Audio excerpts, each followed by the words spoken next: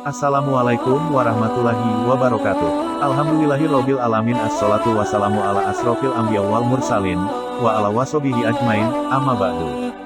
Salam damai sejahtera bagi kita semua. Puji kami senantiasa kita panjatkan kehadirat Allah. Lantaran kelimpahan kasih anugerah, kita bisa mendengarkan suatu kisah ini dalam kondisi sehat tanpa ada kekurangan.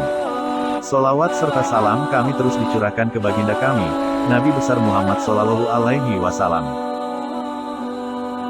Kisah wali yang tidak fasih bacaan Fatihahnya.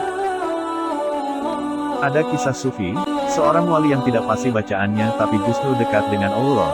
Ada ustadz muda ingin berguru kepada Syekh Abu Said Abul Khair, seorang tokoh sufi yang terkenal karena karomahnya. Rumah guru sufi itu terletak di tengah-tengah padang pasir. Ketika ustadz muda itu tiba di rumahnya, Syekh Abul Khair sedang mengaji. Pada waktu Syekh Abul Khair membaca surat Al-Fatihah, saat itulah ustadz muda ini kurang puas dengan makraj bacaan Al-Quran Abul Khair, yang dinilainya kurang fasih.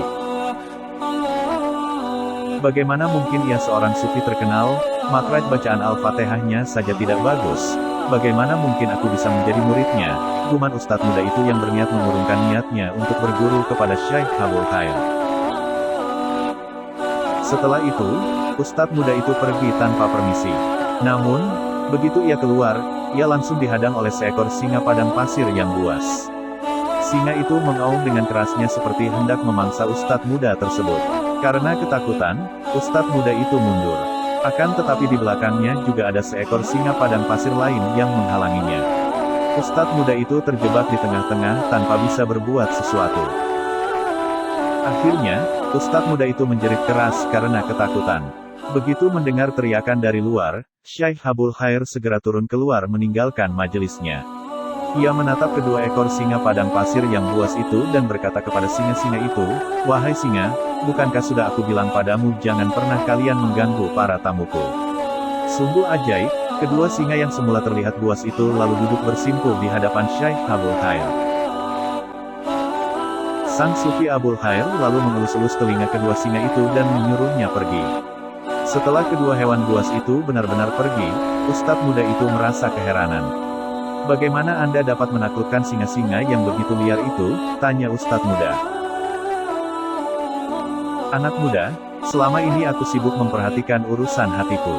Bertahun-tahun aku berusaha menata hati hingga aku tidak sempat berprasangka buruk kepada orang lain. Untuk kesibukanku menaklukkan hatiku ini, Allah Subhanahu wa Ta'ala telah menaklukkan seluruh alam semesta kepadaku. Semua binatang buas di sini termasuk singa padang pasir yang buas itu, semua tunduk kepadaku," jelas Abul Khair. Ustadz muda itu hanya terdiam dengan penuh rasa malu. Namun, di sisi lain ia begitu mengagumi karomah yang dimiliki oleh Syekh Abul Khair. "Engkau tahu kekuranganmu, wahai anak muda," kata Abul Khair. "Tidak wahai guru," jawab sufi muda itu. "Selama ini engkau sibuk memperhatikan hal-hal lahiriah hingga nyaris lupa memperhatikan hatimu.